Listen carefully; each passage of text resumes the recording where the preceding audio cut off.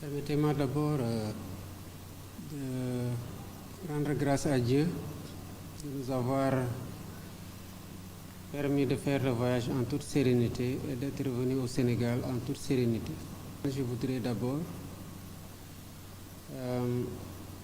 dire toute ma solidarité et ma compassion à tous ceux qui ont été victimes des inondations que le pays a connues pendant mon absence. Comme je l'avais dit, l'État serait aux côtés des populations. Les services concernés ont été aux côtés des populations et l'assistance continue sur tous les plans. Je voudrais d'ailleurs sur ce rapport féliciter le ministre en charge de l'hydraulique et de l'assainissement et l'ensemble des services de la Brigade nationale des sapeurs-pompiers et les citoyens qui se sont mobilisés dans la solidarité pour aider les familles les plus touchées.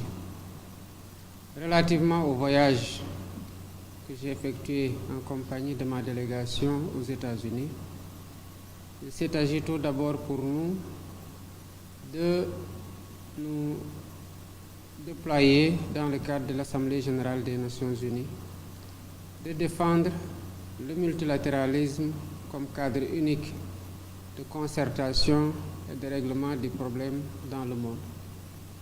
J'en ai profité donc pour porter une voix et un message de paix dans un monde de plus en plus secoué par des turbulences de tous bords.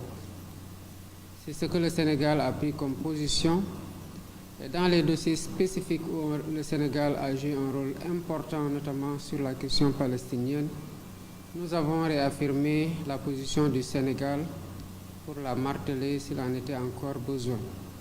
Nous avons aussi attiré l'attention sur le Sahel et interpellé le Conseil de sécurité des Nations unies sur ce que doit être son rôle dans les situations de conflit dans le monde. Nous continuerons à avoir cette position de défenseur de la paix, de promoteur de la paix en toutes circonstances et en tout lieu, car c'est cela la tradition du Sénégal en termes de position. J'en ai profité aussi naturellement, parce que les visites doivent toujours être l'occasion de faire la promotion du pays, de discuter avec des investisseurs, notamment dans le cadre de la réalisation des promesses que nous avons faites au Sénégal, étant convaincu que la solidarité internationale et le partage d'expériences seront la clé de succès de tout gouvernant, particulièrement en Afrique. Cela m'a mené à visiter la Silicon Valley dans le cadre de la mise en œuvre prochaine de la vision 2050 qui sera présentée le 7 octobre de cette année et du nouveau référentiel le même jour, notamment dans son volet digital. Nous savons tous ce que les États-Unis représentent en matière de progrès technologique, ce qui est symbolisé par la Silicon Valley.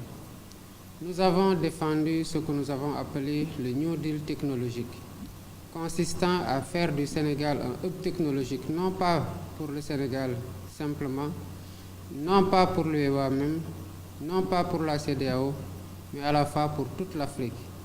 Et nous nous positionnons par rapport à ça, tenant compte des avantages comparatifs dont dispose le pays.